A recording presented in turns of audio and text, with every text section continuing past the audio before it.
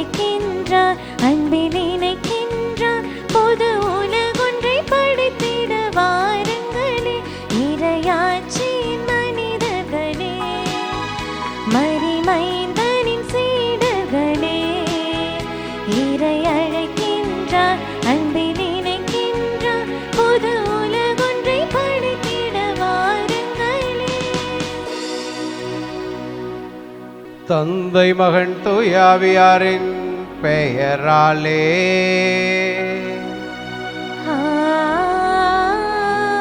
ஆமென். நம் ஆண்டவராகிய இயேசு கிறிஸ்துவின் அருளும் கடவுளின் அன்பும் தூய ஆவியானவரின் நட்புறவும் உங்கள் அனைவரோடும் இருப்பதாக. உம் ஆன்மாவோடும் இருப்பதாக. கிறிஸ்து இயேசுவில் பிரியமான சகோதர சகோதரிகளே, அன்பான பிள்ளைகளே, உங்கள் அனைவருக்கும் இயேசுவின் நாமத்தில் என்னுடைய இனிமையான வணக்கத்தை தெரிவித்துக் கொள்கிறேன். எல்லாம் நல்லா இருக்கிறீங்களா? நலமோடு இருக்கிறோம் என்ற நம்பிக்கையிலே இறைவனுடைய அருள் துணை வேண்டி வந்திருக்கிறோம். ஆண்டவருடைய அருள் துணையானது நமக்கு சமாதானத்தையும் மகிழ்வையும் கொடுப்பதாக இருக்கிறது.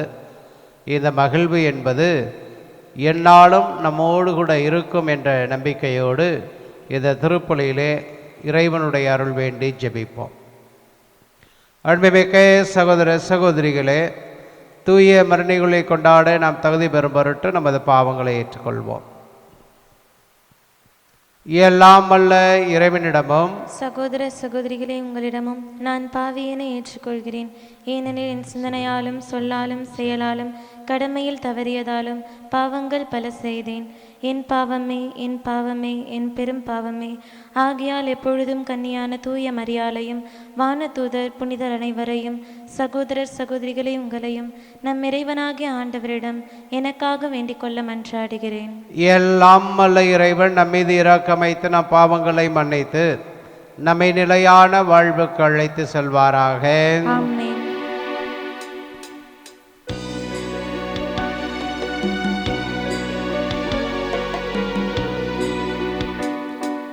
ஆண்டவரே இரக்கமாயிரும்.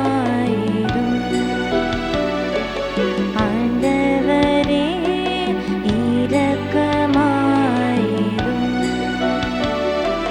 கிறிஸ்துவே இரக்கமாயிரும். கிறிஸ்துவே இரக்கமாயிரும். ஆண்டவரே இரக்கமாயிரும். ஆண்டவரே இரக்கமாயிரும். மன்றாடுவோமாக. என்றென்றும் உள்ள எல்லாம் வல்ல இறைவா, உமது தூயாவியார் எங்களுக்கு கற்றுத்தந்தவாறு உம்மை தந்தை என அழைக்க நாங்கள் துணைவு கொள்கிறோம். நீர் வாக்களித்த உரிமை வேறான விண்ணக வீட்டுக்கு நாங்கள் வந்து சேரும்படி நீர் தேர்ந்து கொண்ட மக்களுக்கு உரிய மனப்பான்மை எங்கள் இதயங்களில் பொழிந்தருள்வீராக. உம்மோடும் தூயாவியாரோடும் இணைந்து ஆட்சி செய்கின்ற எங்கள் ஆண்டவராகிய கிறிஸ்து வழியாக உம்மை மன்றாடுகின்றோம்.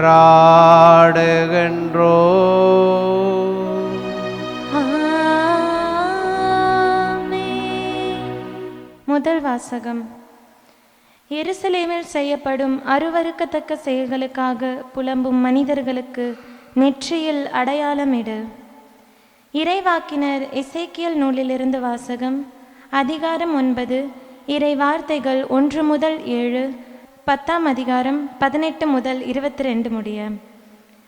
ஆண்டவர் என் செவிகளில் உரத்த குரலில், நகருக்கு தண்டனை வழங்குவோரே, நீங்கள் ஒவ்வொருவரும் உம் கொலை கருவியை கையிலேந்தி நெருங்கி வாருங்கள் என்றார்.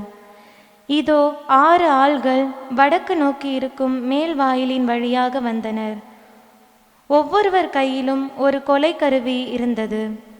அவர்களுடன் நார்பட்டு உடுத்தி எழுதும் மைக்கூட்டை இடையில் வைத்திருந்த ஒருவனும் இருந்தான். இவர்கள் உள்ளே வந்து வெண்கல பீடத்தின் அருகில் நின்றனர். அப்பொழுது இஸ்ரேலின் கடவுளது மாட்சி அது தங்கியிருந்த கெருபுகளை விட்டு மேலெழுந்து இல்லத்தின் வாயிற்படிக்கு வந்தது. உடனே ஆண்டவர் நார்பட்டு உடுத்தி எழுதும் மைக்கூட்டை தம் இடையில் வைத்திருந்த அம்மனிதரை அழைத்தார்.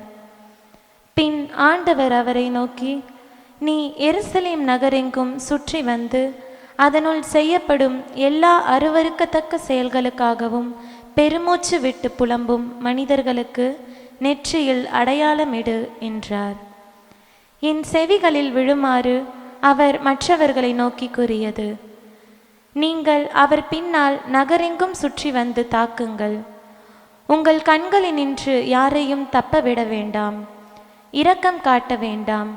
முதியோர், இளைஞர், கன்னியர், குழந்தைகள், பெண்கள் அனைவரையும் கொன்றழியுங்கள். அடையாளமிடப்பட்ட மனிதர் எவரையும் நெருங்காதீர்கள். என் தூயகத்திலிருந்து தொடங்குங்கள். அவர்களும் ஆண்டவரது இல்லத்தின் முன்னிருந்த முதியோரிலிருந்து தொடங்கினர். அவர் அவர்களை நோக்கி, கோவிலை கரைப்படுத்துங்கள், முற்றங்களை கொலையுண்டவர்களால் நிரப்புங்கள், புறப்படுங்கள் என்றார். அவர்களும் நகருக்குள் சென்று வெட்டி வீழ்த்தினர். ஆண்டவரது மாட்சி கோவிலின் வாயிற்படியை விட்டு கெருபுகளின் மேல் வந்து நின்றது. என் கண் எதிரே கெருபுகள் தங்கள் இறக்கைகளை விரித்து நிலத்தினின்று மேலெழுந்தன. அவை சென்றபோது சக்கரங்களும் அவற்றுடன் சென்றன. ஆண்டவரது இல்லத்தின் கிழக்கு நுழைவாயிலில் அவை நின்றன. இஸ்ரேலின் கடவுளது மாட்சி அவற்றின் மேல் இருந்தது. கெபார் ஆற்றோரம் இஸ்ரேலின் கடவுளுக்கு கீழே நான் கண்ட உயிரினங்கள் இவையே. அவை கெருபுகளே என்று நான் தெரிந்து கொண்டேன். அவை ஒவ்வொன்றுக்கும் 4 முகங்களும் 4 இறக்கைகளும் இருந்தன. அவற்றின் இறக்கைகளின் கீழ் மனித கைகளின் சாயல் இருந்தது. அவற்றின் முகச்சாயல் கெபார் ஆற்றோரம் நான் கண்ட முகங்களைப் போன்றே தோன்றிற்று. அவை ஒவ்வொன்றும் நேர்முகமாக சென்றன. இது ஆண்டவர் வழங்கும் அருள்வாக்கு. இறைவனுக்கு நன்றி. பதிலுரை பாடல் பல்லவி. வானங்களையும் விட உயர்ந்தது இறைவனின் மாட்சி.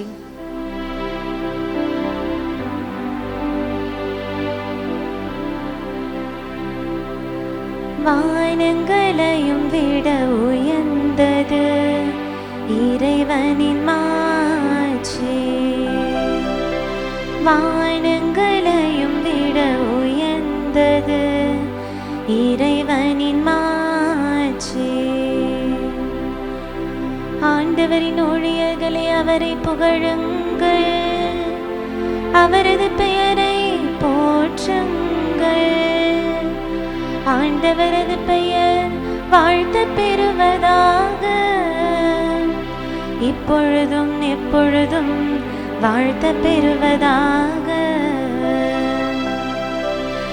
வானங்களையும் விட உயர்ந்தது இறைவனின் மாட்சி. கீழ்த்திசை முதல் மேற்றிசை வரை ஆண்டவரது பெயர் போற்றப்படுவதாக.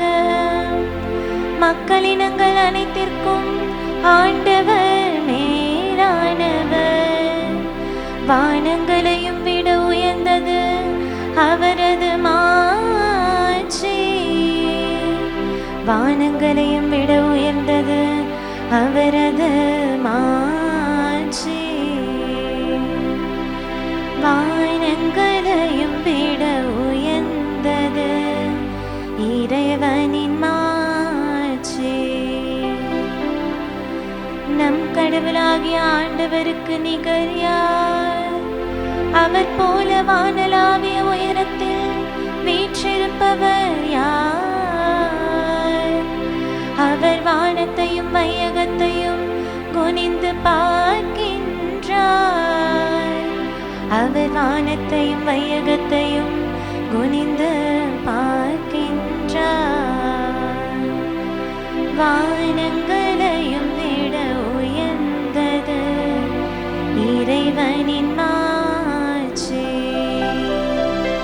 வானங்களையும் விட உயர்ந்தது இறைவனின் மாட்சி.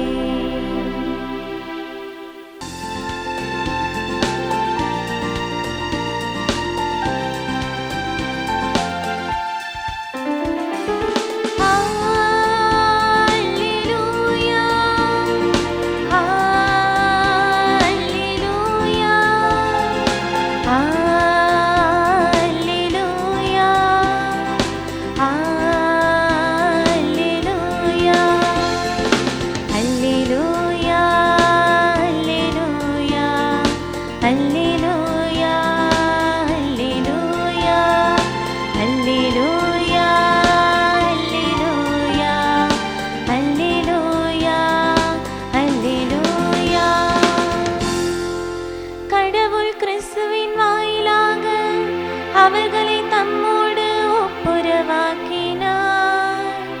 அந்த ஒப்புரவு செய்தியை அவரே எங்களிடம் ஒப்படைத்தார். அல்லேலூயா, அல்லேலூயா, அல்லேலூயா, அல்லேலூயா, அல்லேலூயா. ஆண்டவரே சுவங்களோடு இருப்பாராக. உம்மான்மாவோடும் இருப்பாராக. மத்தேயு எழுதிய நற்செய்தியிலிருந்து வாசகம். ஆண்டவரே மாட்சி உமக்கே. மத்தேயு நற்செய்தி அதிகாரம் 18 இறை வார்த்தைகள் 15 தொடங்கி 20 முடிய. இயேசு தம் சீடர்களிடம் கூறியது: உங்கள் சகோதர சகோதரிகளுள் ஒருவர் உங்களுக்கு எதிராக பாவம் செய்தால் நீங்களும் அவரும் தனித்திருக்கும்போது அவரது குற்றத்தை எடுத்து காட்டுங்கள்.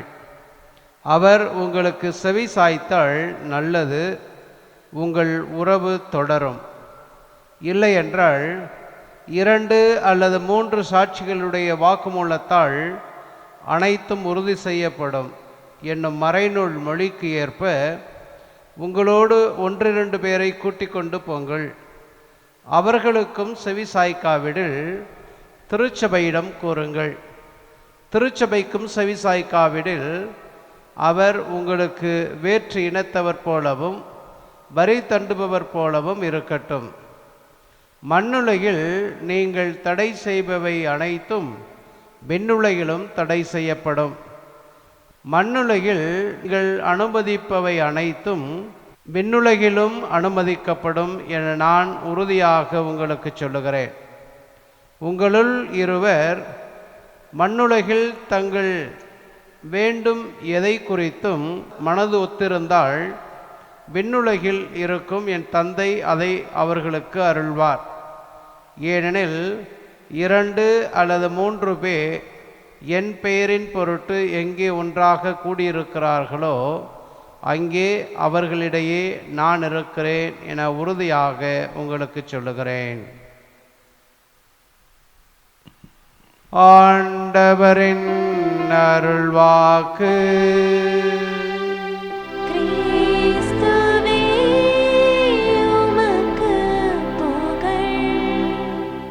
கிறிஸ்துவில் பிரியமான சகோதர சகோதரிகளே, அன்பான பிள்ளைகளே, இன்றைய வழிபாட்டிற்காக கொடுக்கப்பட்டிருக்கிற 2 வாசகங்களுமே நமக்கு எதை முன்னிறுத்துகிறது அப்படின்னு பார்க்கிற போது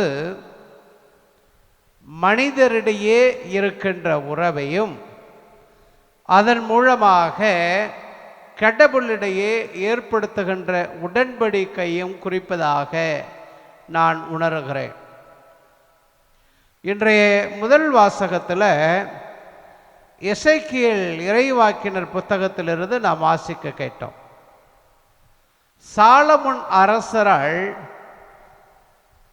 கட்டப்பட்ட எருசலேம் ஆலயத்தினுடைய அழிவையும் கடவுளுடைய அன்பை நிராகரித்து மனிதர்களை மதிக்காமல் தான் தோன்றித்தனமாக வாழ்கிறவர்களுடைய வாழ்வு எப்படி முடியும் என்பதையும் அவருடைய போதனையிலே அவர் காண்கின்ற அவருக்கு சொல்லப்படுகின்ற காட்சியிலே நாம் பார்க்கிறோம்.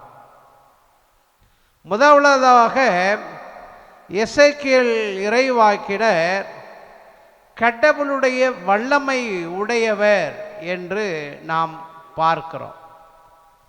கடவுளுடைய வல்லமையோடு தனக்கு பணிக்கப்பட்ட அந்த இறைவார்த்தை செய்தியை மக்களுக்கு அப்படியே எடுத்து கூறுகிறவராக, பயமில்லாமல், எந்த ஒரு கூச்ச நாச்சம் இல்லாமல், தயக்கம் இல்லாமல், ஓடி ஒளிந்து கொள்ளாமல், கடவுள் யாவை இறைவன் தனக்கு வலியுறுத்தியதை அப்பட்டமாக அப்படியே மக்களுக்கு போதிக்கின்றவராக நான் பார்க்கிறோம்.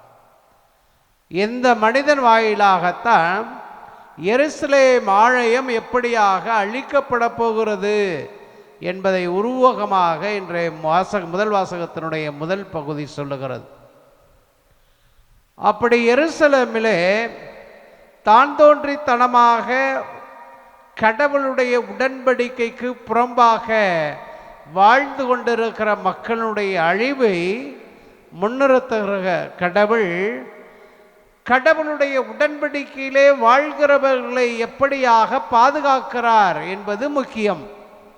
அந்த பாதுகாப்பு அடையாளமாக வெளிப்படுகிறது. நாம் பல நிலைகளிலே பார்க்கிறோம். அடையாளங்கள் என்பது சடங்குக்காக மட்டும் எண்ணுகிறோம், அதுவல்ல.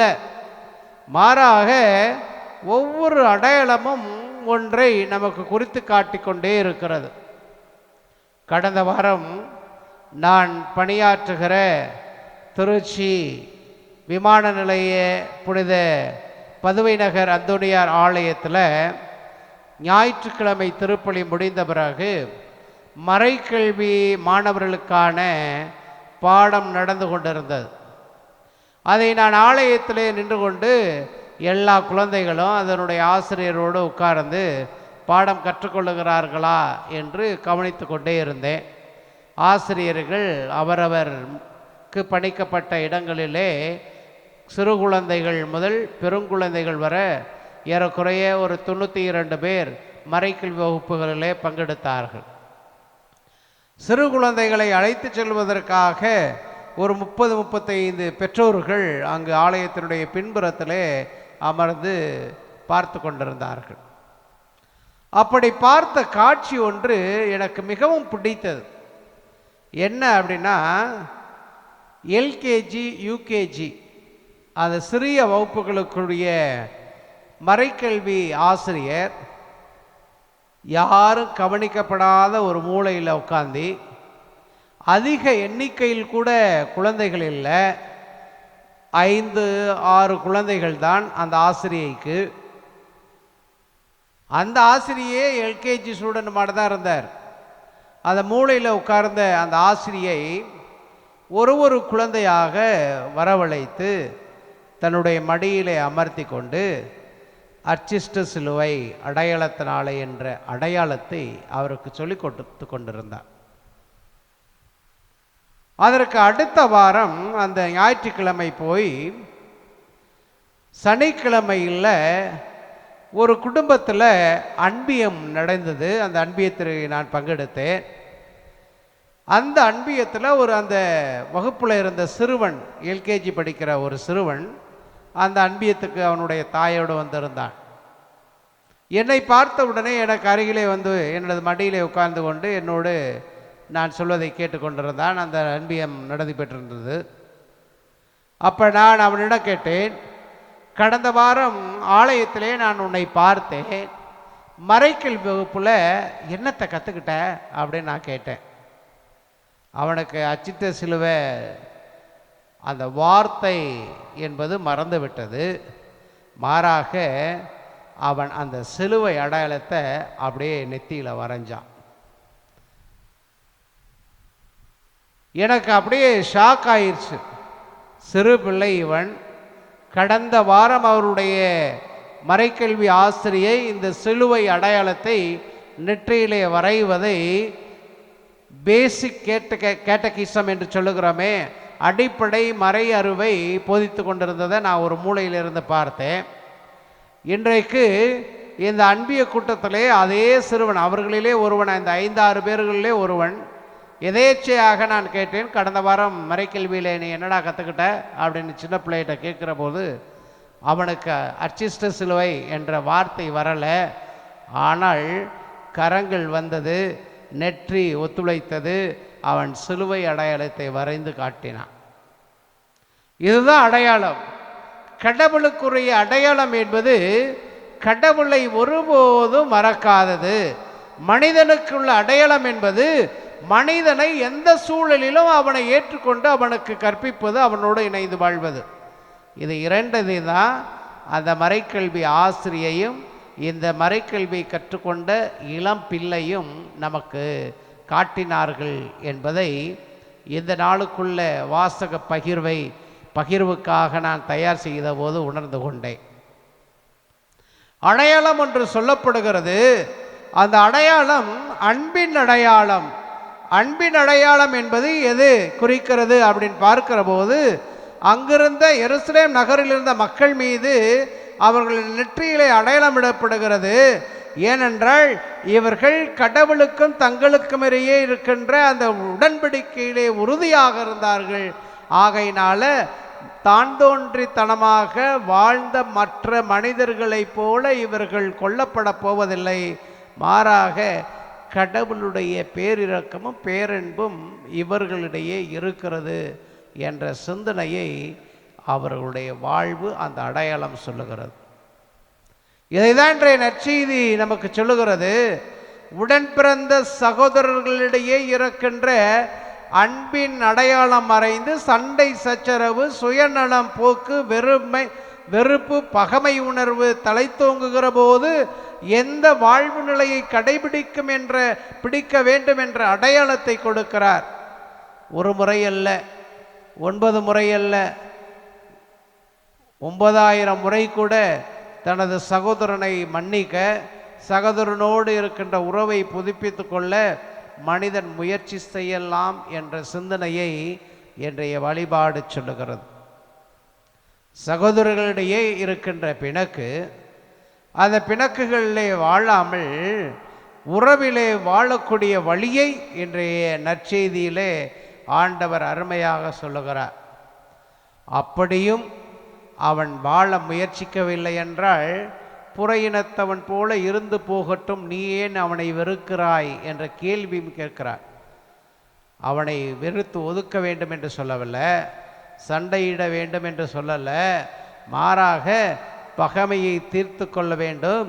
பகைமையை எப்படியாக தீர்த்து கொள்ள வேண்டும் என்று பார்க்கிற போது, பேச்சில், நம்முடைய அணுகுமுறையில் அவரை அன்பு செய்கிறேன் என்று எடுத்து காட்டுவதில், உனக்காக நான் இருக்கிறேன் என்று சொல்வதில், வார்த்தையினால் மட்டுமல்ல நம்முடைய செயல்களினாலும் செய்து காட்ட வேண்டும் என்ற படிப்பினையை ஆண்டவர் சொல்லுகிறார். என்ன படிப்பினை? நம் சகோதரர்களிடையே, அண்ணன் தம்பியிடையே சண்டையை போட்டுக்கொண்டே இருந்தால் அங்கு பிளவு வருகிறது, பகைமை வருகிறது, இழப்பு வருகிறது. இந்த பிளவை, பகைமையை, இழப்பை சரி செய்வதற்கு இருவரும் மனம் விட்டு பேச வேண்டும் என்பதுதான்.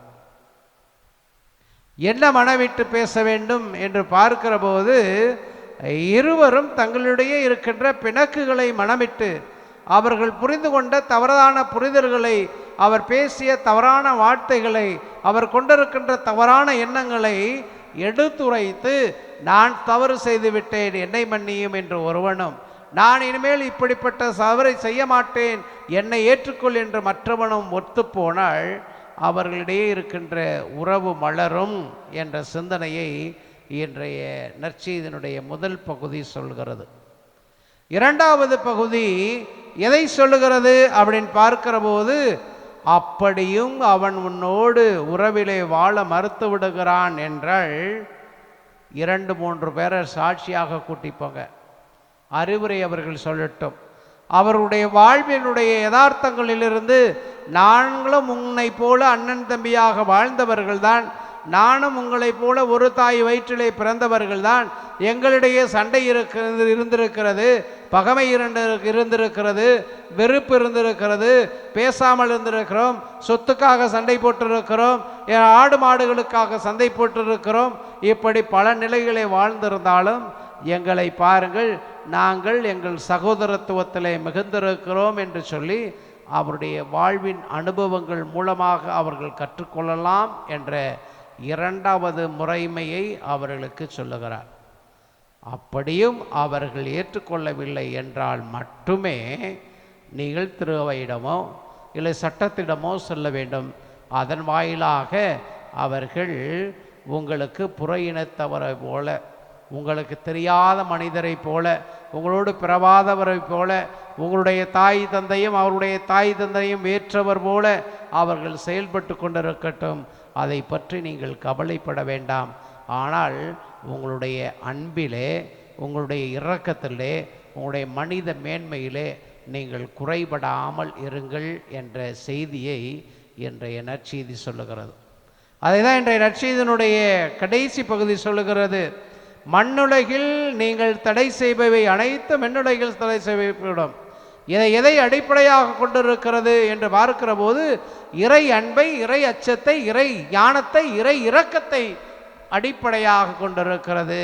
அந்த இறை அச்சம், இறை ஞானம், இறை இரக்கம் நமக்கு நிறைவாக கிடைக்க வேண்டும். அந்த இறை அன்பு நமது வாழ்வினுடைய அடித்தளமாக இருக்க வேண்டும். அந்த இறை அன்பும் இறை அச்சமும் இறை இரக்கமும் தான் நம் வாழ்வுக்கு அடையாளமாக மாற வேண்டும் என்ற படிப்பினைகளை இன்றைய வழிபாடு நமக்கு சொல்லுகிறது. நீங்களும் நானும் அதை பின்பற்றுகிற போது ஆண்டவருடைய பிள்ளைகளாகவே மாறுகிறோம் என்ற சிந்தனையோடு தொடர்ந்து இந்த திருப்பலியிலே பங்கெடுப்போம். ஆமேன்.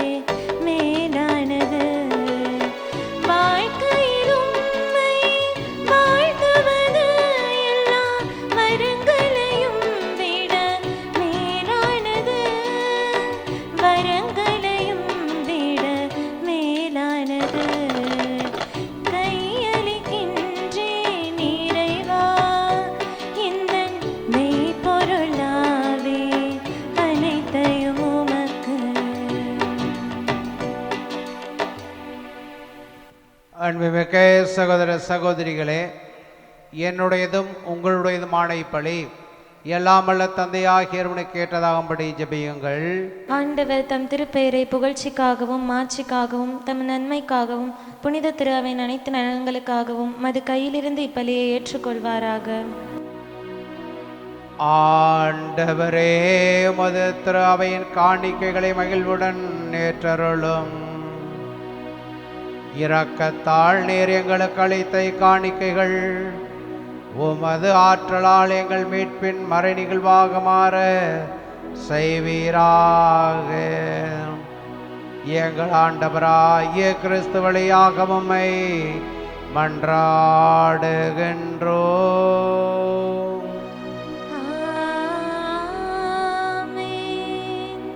ஆண்டவர் உங்களோடு இருப்பாராக.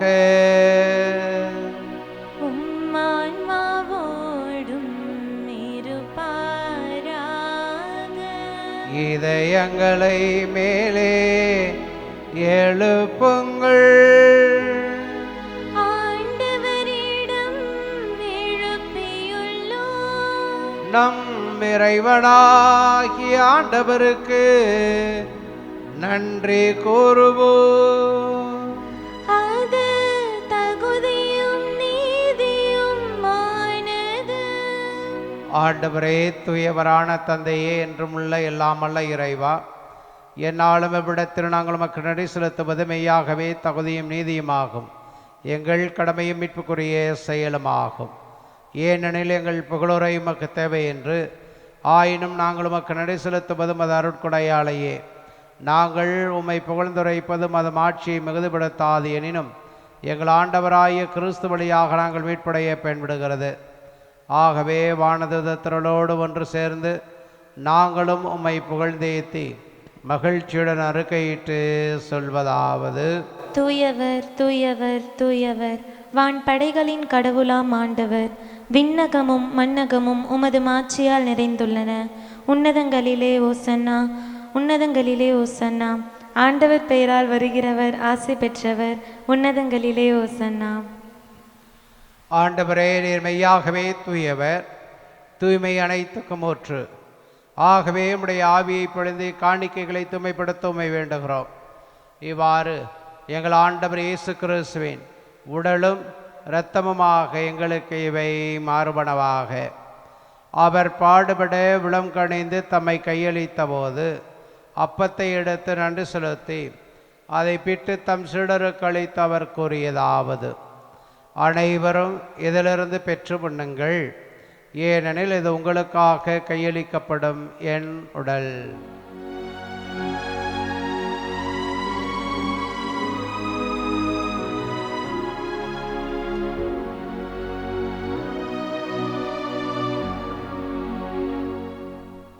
அவனமே இரவு விருந்தை அருந்திய பின் கிண்ணத்தை எடுத்து மீண்டும் உமக்கு நன்றி கூறி தம் சீடருக்கு அருந்து கொடுத்து அவர் கூறியதாவது: அனைவரும் இதிலிருந்து பெற்று பெருகுங்கள், ஏனெனில் இது புதிய நிலையான உடன்படிக்கைக்குரிய என் இரத்தத்தின் கிண்ணம்.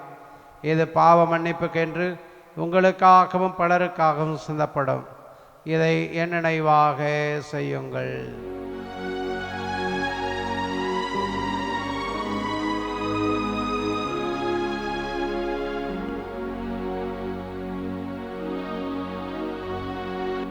நம்பிக்கையின் மறைபொருள்.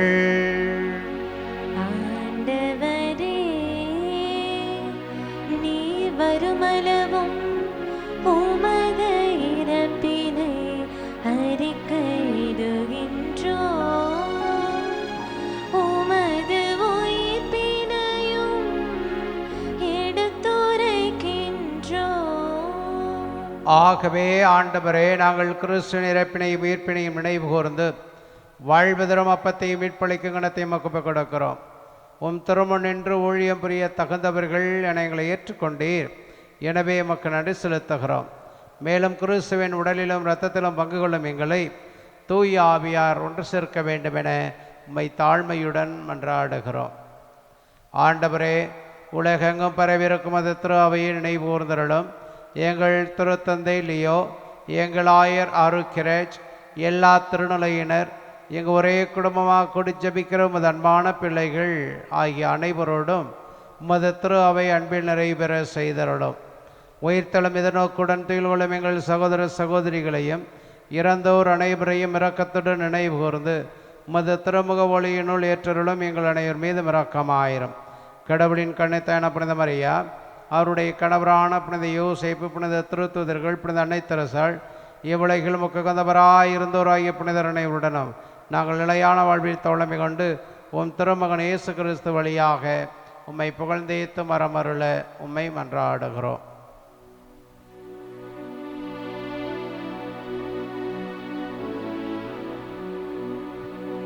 இவர் வழியாக இவருடைய வரையில் எல்லாம் வல்ல இறைவனாகிய தந்தையே, தூய ஆவியாரின் ஒன்றிப்பில் எல்லா புகழும் ஆட்சியும் என்றென்றும் உமக்கு உரியதே. ஆமென், ஆமென், ஆமென்.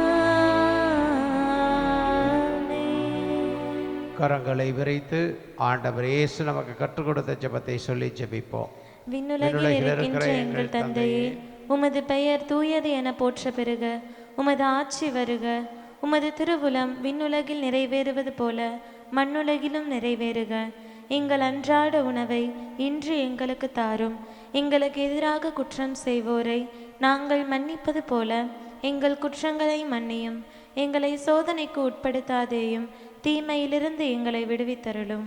ஆண்டவரே, தீமை அனைத்திலிருந்தும் எங்களை விடுவித்து எங்கள் வாழ்நாளில் அமைதியை கண்ணியுடன் அருள உம்மை மன்றாடுகிறோம். உமது இரக்கத்தின் உதவியால் நாங்கள் பாவத்திலிருந்து எப்பொழுதும் விடுதலை பெற்று யாதொரு கலக்கமுமின்றி நலமாக இருப்போமாக. நாங்கள் எதிர்நோக்கி இருக்கும் பேரின்பத்திற்காகவும் எம் மீட்பராகிய இயேசு கிறிஸ்து வருகைக்காகவும் காத்திருக்கின்றோம். ஏனெனில் ஆட்சியும் வல்லமையும் ஆட்சியும் என்றென்றும் உமதே. ஆண்டவரே இயேசு கிறிஸ்துவே, அமைதியை உங்களுக்கு விட்டுச் செல்கிறேன், என் அமைதியை உங்களுக்கு அளிக்கிறேன் என்று உமது திருத்தூதர்களுக்கு மொழிந்தீரே. எங்கள் பாவங்களை பாராமல் உமது திரு அவையின் நம்பிக்கை கண்ணோக்கி உமது திருவுளத்துக்கு ஏற்பதற்கு அமைதியை முற்றுமையும் அளித்தருள்வீராக. என்றென்று வாழ்ந்து ஆட்சி செய்கின்றவர் நீரே. ஆமென். ஆண்டவருடைய அமைதி உங்களோடு என்றும் இருப்பதாக. உம் ஆன்மாவோடும் இருப்பதாக. ஒருவருக்கொருவர் இயேசுதரம் அமைதியை அறிவித்துக் கொள்வோம்.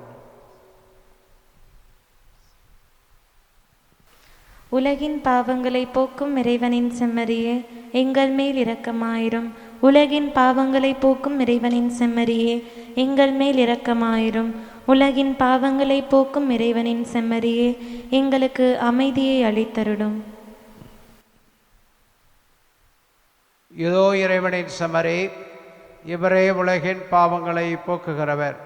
இச்செம்மறியின் திருவிருந்துக்கு அழைக்கப்பெற்ற நாம் அனைவரும் பேறு பெற்றோர். ஆண்டவரே, நீர் என் இல்லத்தில் எழுந்தருள நான் தகுதியற்றவள். ஆனால் ஒரு வார்த்தை மட்டும் சொல்லி அருளும், எனது ஆன்மா நலமடையும். கிறிஸ்துவின் திருவுடலும் திருத்தவணமை காத்து நித்திய வாழ்வுக்கு அழைத்துச் செல்வதாக. ஆமென். ஆசை திருவிருந்துக்கான மன்றாட்டு. ஆண்டவரே, நீர் என் இல்லத்தில் எழுந்தருள நான் தகுதியற்றவள். ஆனால் ஒரு வார்த்தை மட்டும் சொல்லியருளும் என்று நூற்றுவர் தலைவன் ஜெபித்தது போல நாங்களும் இப்போது உம் திருப்பாதம் பணிந்து வேண்டுகிறோம். இனிய இயேசுவே, நாங்கள் தகுதியற்றவர்களாய் இருந்தாலும் எங்கள் தகுதியின்மையை பாராமல் நீர் எங்கள் உள்ளங்களில் எழுந்து வாரும். உம் அன்பிலும் அருளிலும் நாங்கள் நிலைத்திருக்க எம்முள் எழுந்து வாரும். நன்மை செய்வதில் ஆர்வமுள்ளவர்களாய் தீமைகள் அனைத்திலிருந்தும் விடுதலை பெற்றவர்களாய் வாழவும் எங்களை வழிநடத்த வாரும். எல்லா நலன்களாலும் வளங்களாலும் எங்களை நிரப்ப வாரும். ஆமென். நன்றியோடு மன்றாடுவோமாக. ஆண்டவரே, நாங்கள் உட்கொண்ட இந்த திருவுணவு எங்களை உம்மோடு ஒன்றித்திருக்க செய்து எங்களுக்கு மீட்பு அளிப்பதாக. அது எங்களை உமது உண்மையின் ஒளியில் உறுதிப்படுத்தி உமது பிள்ளைகளாக வாழும் மரத்தை தருவதாக. எங்கள் ஆண்டவராகிய கிறிஸ்து வழியாக உம்மை மன்றாடுகின்றோம்.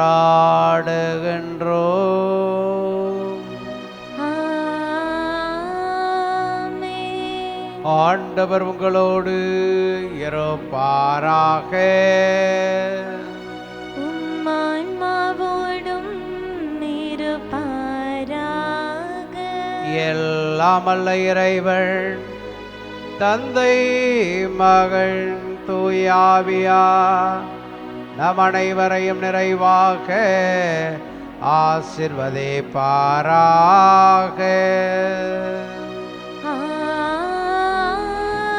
ஆமென். என்று மகிழ்வுடன் வாழ சென்று வாருங்கள். திருப்பலி முடிந்தது. இறைவனுக்கு நன்றி.